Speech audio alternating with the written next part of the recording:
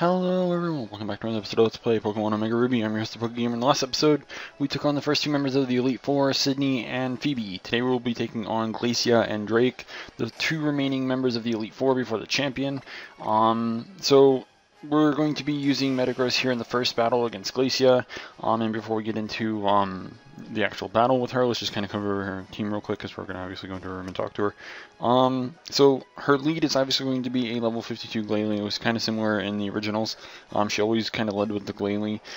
She has two Frostlass on her team that are both level 52. She also has a second Glalie that's also level 52, so she's got two doubles on her team.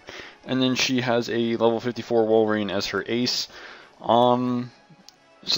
Basically the plan here is the damage calcs, and assuming that my IVs were good as well as the EV training and whatnot. Bullet Punch is enough to OHKO everything that she has except for one Pokemon, which is Wolverine. If I'm not mistaken, even Ironhead is not capable of actually OHKOing the Wolverine. So from what I got, the only thing that I have is that on the entire team, as far as I'm aware, that I have that can actually OHKO this thing.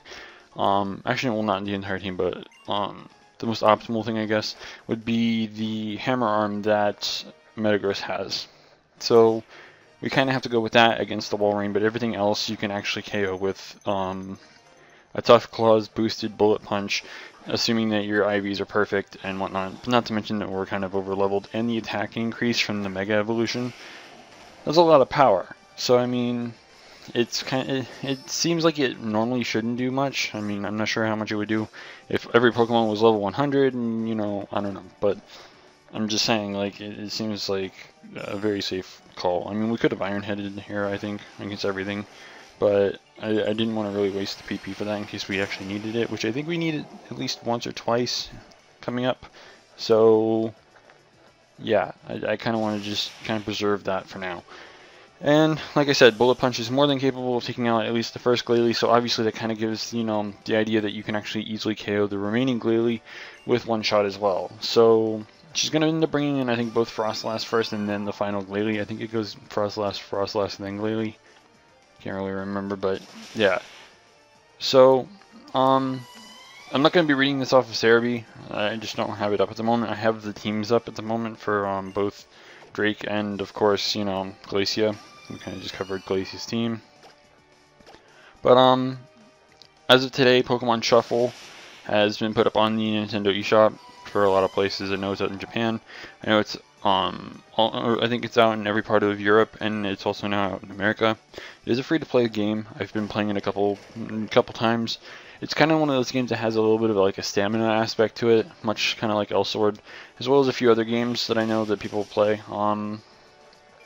Thing is, you get basically 5 free plays. You can pay money to kind of get these things called gems, and you can use these gems to buy things in the store, in-game, to kind of recover said stamina and stuff like that. So I mean, not really worth it, of course, to do that, but it's still kind of a fun little game. If you've ever played Bejeweled Blitz, you probably want to play that instead, unless you just really enjoy playing this, I guess, because it's kind of the same thing. It's not as restricted as Bejeweled Blitz, but or I guess just Bejeweled in general is kind of all the same thing.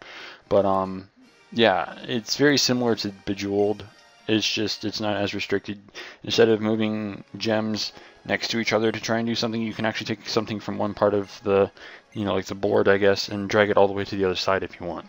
So it's more open-minded, and it's fine. I actually enjoy playing it.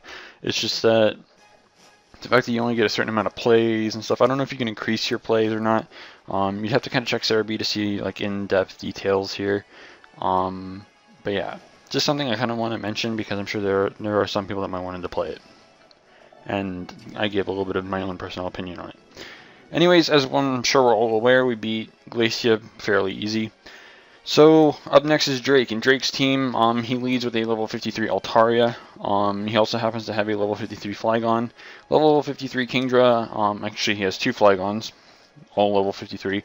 And his ace, of course, just very similar to in the originals, is a level 55 Salamence. The only thing here that I thought that might actually be kind of a problem would be the Salamence, but considering the fact that we have very speedy fairy types that just get that stab super effective damage, I'm pretty sure this is kind of obvious enough as it is. But yeah, this is going to be a pretty free fight. The only reason why this actually lasts as long as it actually does is because I used Altaria earlier, and I also used Gardevoir earlier. Both of them are fully capable of sweeping Drake by themselves, but in the fairness of the two, I kind of wanted to actually use both of them in this battle, because as far as I'm aware, we're not going to be using anything, or not, well, not anything, but like either of the two in the final battle. Obviously, because Steven likes to use a lot of steel types, and we ain't got no time for that. So, well, yes and no, I guess. Whatever. He had, like, half his team is steel, but we'll cover that tomorrow. So, yeah, basically what we're going to be planning on doing here is just kind of switching back and forth between Altaria and Gardevoir, because, just kind of, fair, why not just have fun with it. Trying to think of what we haven't actually used yet. We haven't used Roserade here yet. I don't think we really need to. Maybe not until the rematches, which is going to be a little ways off, because the way I think we're going to do this is after the Elite Four, there's obviously something, if you haven't played it before, I don't want to spoil it, but there's something a little added on to the actual story. And then once there's that, you basically get into the post game, and from there, what I want to do is I kind of want to get started on the legendaries, and then take on the Elite Four the final time, and then call it a day with this Let's Play. That's probably how we're going to go about doing this, because I don't think there's anything else that we really need to do. And it'd be probably more climactic to actually end it with the Elite Four again. So, I don't know. We're probably going to be completely over-leveled at that point, but, I mean, there's that. We have a lot of places that we can still check out. I think some new places that we get unlocked, aside from a few obvious ones for those that have already played this game. But, yeah. So, all this switching, man. All of this switching. I have to play this game a little bit more, though. And by this game, I mean Pokemon Shuffle. See if I can't really, tell whether or not it's actually worth, playing. Like I said, it's kind of like a crappier version of Bejeweled. It allows you to be more open-minded about the moves that you make, which is cool. Not to mention there's added aspects like if you pair up Pokemon of a certain type, and they would be Pokemon that would otherwise have super effective attacks against whatever you're up against, it will do more damage to them, so that way you can kind of end it faster, which is really cool. But yeah, I mean it adds a little bit more to it, I suppose.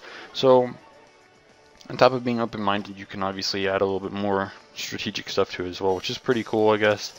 But like I said, Bejeweled's kind of like that free thing that you can just play basically as many times as you want, and not really care. So I mean, if you want something that you can like play portably, I don't know if you can. I guess you could get Bejeweled on your smartphone or whatever. But I don't know, like if you wanted something on your 3DS to shuffle, something that you can actually do, I guess. So I don't know. Just figured I'd mention it.